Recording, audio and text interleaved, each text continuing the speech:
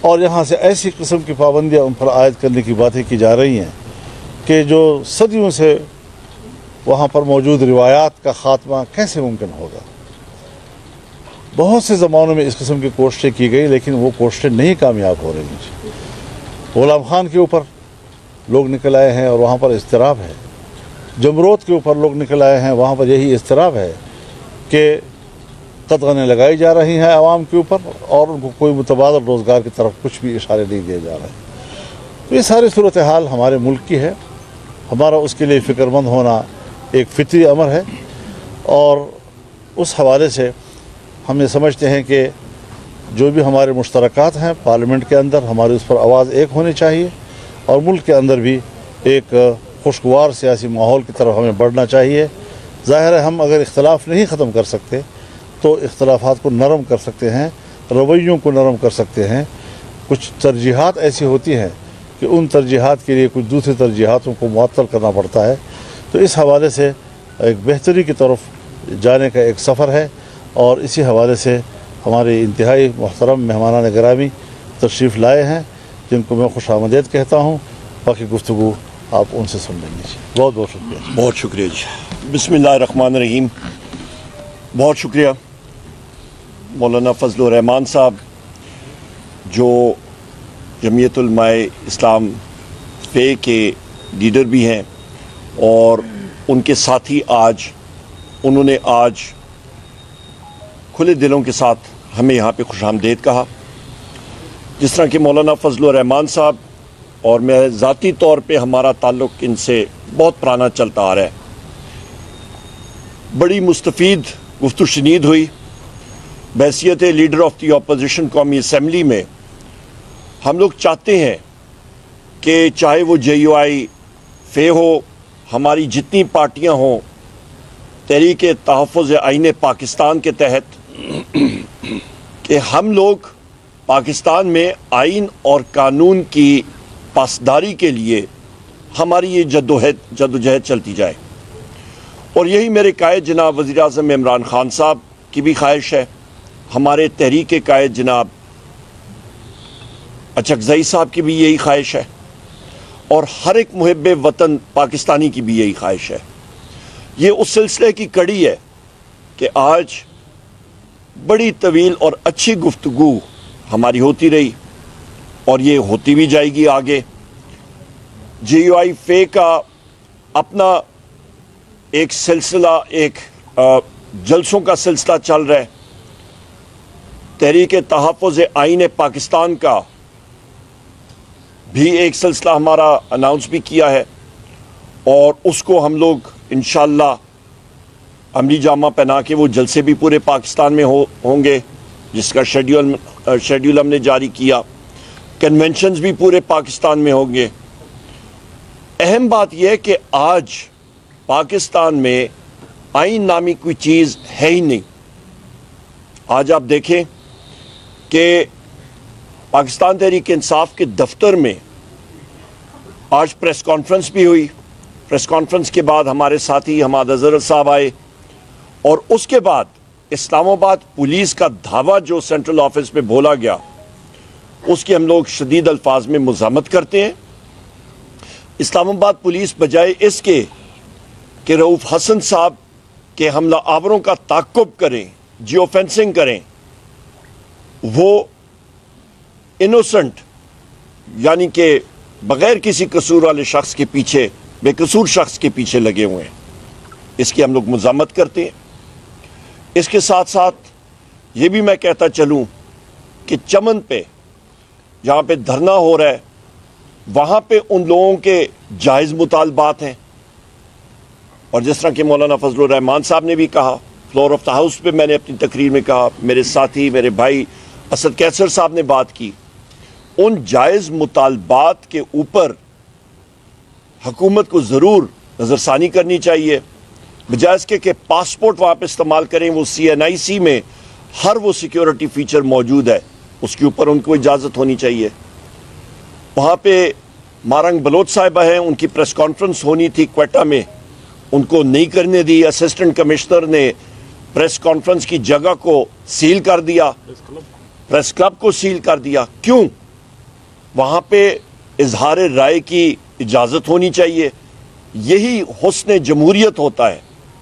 اور ان اقدامات سے کوئی ملک مضبوط نہیں ہوتا, کمزور ہوتا ہے, جڑیں کمزور ہوتی ہیں, عدم استحکام ہوتا ہے.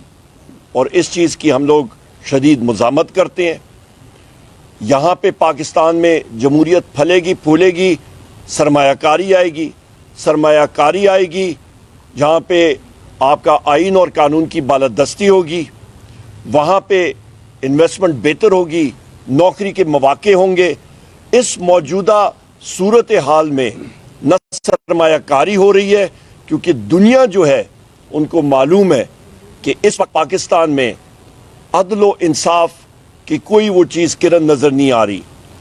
یہ ایک بدترین مارشل لاء کے دور سے بھی بدترین اس وقت یہ غیر جمہوری جو حکومتیں اس وقت بیٹھی ہوئی ہیں ہمارے اوپر, وہ یہ کام کر رہی ہیں, اور اس چیز کی ہم لوگ شدید الفاظ میں مذمت کرتے ہیں. قیصر صاحب آپ. بسم اللہ الرحمن الرحیم.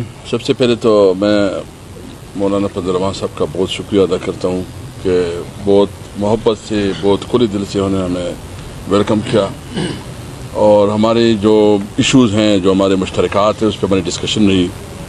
خاص کر جو اس وقت ملک میں جو ہے نا آئین معطل ہے, اور اس وقت ایک بنانا ریپبلک کی ملک بنتا جا رہا ہے, اور جو اس وقت آزادی رائے پہ جو قدریں لگ رہی ہے, اور جو قانون پاس ہو رہے ہیں, اور جو اسمبلی میں بھی صحافیوں پر پابندی لگائی گئی ہے, سارے ڈسکشن ہمارے ہوئے ہیں. اور خاص کر جو پنجاب میں گندم کرائسس ہیں, جو بہت بڑے ہمارے کسان پریشان ہیں, اور پاٹا اور پاٹا میں جو نئی ٹیکس کے نفاذ کی بات ہو رہی ہے, اور ویسے بھی وہاں وار زون ہے, وہاں کوئی مطلب ممکن نہیں ہے کہ اکانومی ویسی بھی وہاں بیٹھ گئی ہے. تو یہ سارے ڈسکشن پہ ہمارے مشترکات ہیں, اور انشاءاللہ اس پہ ہم مشترکہ جدوجہد کریں گے. باقی جو ہے نا اپنی پارٹیوں کو مزید بھی جو ہے نا آن بورڈ دیا جائے گا. کل خان صاحب سے بھی انشاءاللہ تعالیٰ عمر صاحب جائیں گے, میٹنگ کریں گے. مولانا صاحب بھی اپنے شورا میں جو ہے نا چیزوں کو, لیکن ایک بات کلیئر ہے کہ آئین اور قانون کے بالادستی کے لیے ہم تمام طبقوں کو ایک ہونا پڑے گا. اس وقت اس ملک میں کوئی راستہ اور نہیں ہے. ملک اس طرح نہیں چلایا جا سکتے جہاں ملک میں آپ کسی قانون میں خاطر میں نہیں لاتے. یعنی جو روپ حسن صاحب کے ساتھ ہوا ہے, کیا ایک اس ملک میں ہو سکے جہاں قانون ہو, جہاں قانون کی حکمرانی ہو؟ یہ تو کلیئر میسج دیتے ہیں کہ اس ملک میں طاقت کا قانون ہے, جنگل کا قانون ہے. تو اس کو ہم مذمت کرتے ہیں, اور انشاءاللہ تعالیٰ مولانا صاحب کو تو اللہ تعالیٰ نے بڑی ایک ہمت دی ہے, طاقت دی ہے, اور ہماری خواہش ہے کہ اس طاقت اور اس ہمت کو ہم اس ملک کے لیے, قوم کے لیے استعمال کریں. اور یہ جو اس وقت جنگ جاری ہے, یہ صرف کسی حکومت کو گرانے, کسی کو لانے کی نہیں ہے, بلکہ قانون کی عملداری قائم کرنے کے لیے ہے. تو انشاءاللہ تعالیٰ ہم امید رکھتے ہیں کہ اس جدوجہد میں ہم آگے بڑھیں گے, اس ملک کو اس کرائسس سے نکالیں گے. ملک تب آگے بڑھے گا جب ملک میں قانون اور آئین کی حکمرانی ہوگی, تب اکانومی اسٹیبل ہوگی. جب تک ملک میں آئین اور قانون کی حکمرانی نہیں ہوتی تو کوئی تصور نہیں کر سکتا کہ یہاں اکانومی بوسٹ ہو جائے گی. میں ساجد صاحب اگر دو بات کر لیں پھر. بسم اللہ الرحمن الرحیم. ترین سے دل تراشی, دل تراشی. بسم اللہ الرحمن الرحیم. تحریک تحفظ آئین پاکستان کی جانب سے ہم اسد قیصر صاحب کی سربراہی میں اور عمر ایوب صاحب کی قیادت میں مولانا صاحب کے پاس سائے حاضر ہوئے تھے. سب سے پہلے تو میں بلوچستان نیشنل پارٹی کی طرف سے, اس الائنس کی طرف سے مولانا صاحب کے بہت مشکور ہے کہ انہوں نے بڑے کھلے دل کے ساتھ ہمیں یہاں پہ ویلکم کہا. ان کے پارٹی کی دوسری قیادت کے ساتھ ہی جتنے دیر ہم بیٹھے رہے, عمر ایوب صاحب نے تفصیلاً اس پہ بات کی, قیصر صاحب نے بات کی, کوئی اس طرح کا ایک نقطہ نہیں رہا کہ جس پر ہمارے اور مولانا صاحب کے بیچ کوئی فرق ہو. ایک پوائنٹ پہ تو سب سے زیادہ اتفاق تھا کہ ملک جو لاقانونیت کی طرف گئی, یا کہ آئین جو معطل کیا گیا, آئین کی حکمرانی اس ملک کو یکجا رہنے کے لیے سب سے ضروری ہے. بلوچستان کے حوالے سے بات کی, میں اتنا کہوں گا کہ چمن پرلت کی بات ہوئی, بارڈر کی بات ہوئی. گوادر پہ اس وقت گوادر شیر کو سی پے کے نام پہ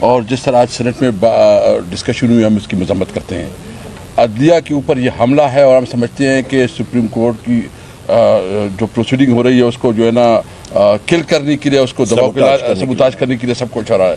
ہم مذمت بھی کرتے ہیں اور ہم سب جو ہے نا اپنے ججز کے ساتھ ہیں اور ہمیں امید رکھتے ہیں کہ وہ میرٹ کے مطابق فیصلے کریں. اور دوسرا عدلیہ کی جو بات ہے, عدلیہ جی فرمائیں. جی میں یہ گزارش کر رہا ہوں کہ کیا یہ توقع کی جا سکتی ہے کہ آپ عمران خان سے ملاقات کے لیے اڈیالہ جائیں گے؟ آپ کو کسی نے ایجنڈا ہاتھ میں دیا ہوا ہے تو مجھے بتا دو یار. ہمارے پاس کوئی ایسا ایجنڈا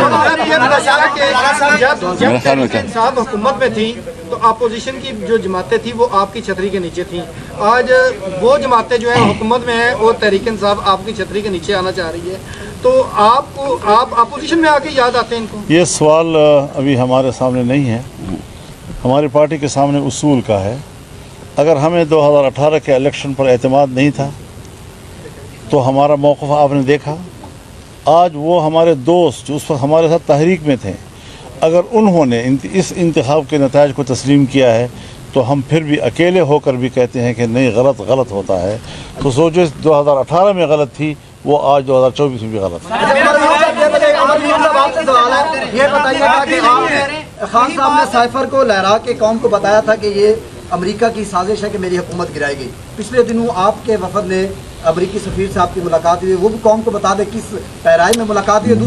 بہت اچھا. ایک سوال پورا ہونے دیں. کیسر صاحب نے بھی کہا کہ عدلیہ کے جو تنقید ہو رہی ہے ہم اس کے خلاف کھڑے ہیں. ہم یہ دیکھتے ہیں کہ جو بھی حکومت میں ہوتے ہیں وہ عدلیہ کے ساتھ ہوتے ہیں, جو اپوزیشن میں ہوتے ہیں وہ. جب آپ کا دور حکومت تھا تو آپ کے دور حکومت میں بھی ایسے فیصلے آئے کہ جنہوں نے اپوزیشن نے اس پر تنقید کی اور آپ نے ساتھ دیا. کیا کہیے؟ سب سے پہلی بات, یہ بڑا اچھا سوال ہے, مجھے خوشی آپ نے پوچھا. سب سے پہلے سائفر کے حوالے سے, وہ اس وقت اسلام آباد ہائی کورٹ کے 2 جسٹس صاحبان اس کو سن رہے ہیں, اور جو روزانہ کے مطلب حوالے سے وہاں پہ جو ریمارکس اور چیزیں آ رہی ہیں, تو حکومت جو ہے اس وقت وہ خود اپنی وہاں پہ قبر کھودنے میں بڑی تیز لگی ہوئی ہے. اور سائفر کا کیس جو ہے وہ انشاءاللہ تعالی خود بخود دفن ہو جائے گا. دفن ہو چکا ہے, صرف اس کا ڈیسیجن باقی ہے. وہاں پہ اس کیس میں کچھ ہے ہی نہیں, اور وہ ایک بوگس کیس ہے. نمبر 1.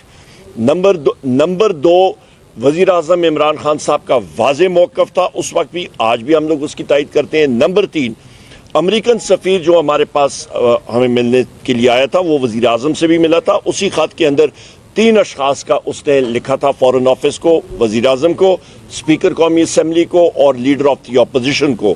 اور وہ خط اس نے لکھا تھا کہ یہ ایک روٹین کی ملاقات ہوتی ہے مختلف جو آپ کے ریاست کے ادارے ہوتے ہیں ان کے ساتھ, ان کے جو آپ کے ایگزیکٹو کے ہوتے ہیں اور یا پارلیمنٹ کے ہوتے ہیں. تیسرا سوال کا جواب آپ کا یہ ہے کہ اس کے ساتھ جو گفت و شنید ہوئی اتفاق کے ساتھ, میرے بھائی اسد کیسر صاحب بھی اس میں موجود تھے, وہاں پہ واضح طور پہ ہم نے امریکن سفیر کو ایک بات سے باور کرایا کہ پاکستان ایک آزادانہ, ایک خود مختار ملک ہے. یہاں پہ ہم لوگ آئین اور قانون کی بالادستی چاہتے ہیں, کسی ملک کی مداخلت یہاں پہ نہیں چاہتے ہیں. آئین اور قانون کی بالادستی ہوگی تو بین الاقوامی دنیا کی جو کمپنیاں اور ادارے ہیں وہ آ کے یہاں پہ انویسٹمنٹ کریں گی, یہاں پہ سرمایہ کاری کریں گی.